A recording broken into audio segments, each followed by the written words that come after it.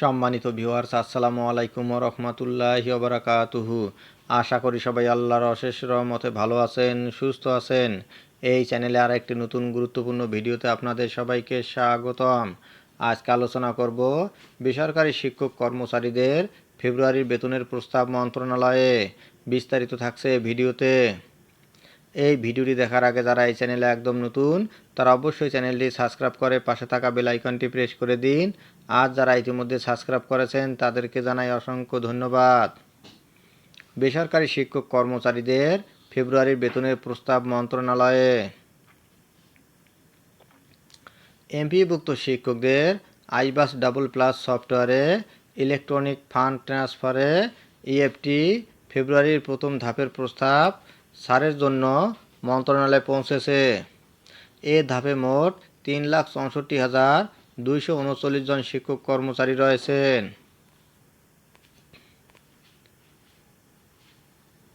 বুধবার শিক্ষা মন্ত্রণালয় এবং মাধ্যমিক ও উচ্চ শিক্ষা অধিদপ্তরের মাওসি একাধিক কর্মকর্তা এ তথ্য জানিয়েছেন। জানা গেছে, সরকারি কর্মকর্তা কর্মচারীরা ইএফটির মাধ্যমে বেতন ভাতা পান।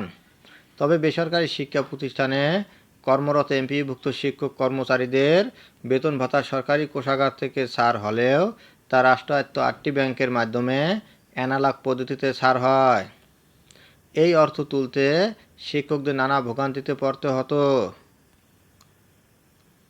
ব্যাংকগুলোর মাধ্যমে বেতন ভাতা ছাড়ের জন্য কয়েক পর্যায়ে অনুমোদন সহ সংশ্লিষ্ট কাজে অনেক ক্ষেত্রেই এমপিওভুক্ত শিক্ষকদের বেতন ভাতা পেতে দেরি হয়। অনেক সময় পরের মাসের 10 তারিখের পরও আগের মাসের বেতন ভাতা জোটে। এ পরিপ্রেক্ষিতে গত 5 অক্টোবর বিশ্ব শিক্ষক দিবসে ইএফটিতে বেসরকারি শিক্ষকদের এমপিওর বেতন ভাতা দেওয়ার ঘোষণা দেয় শিক্ষা মন্ত্রণালয়।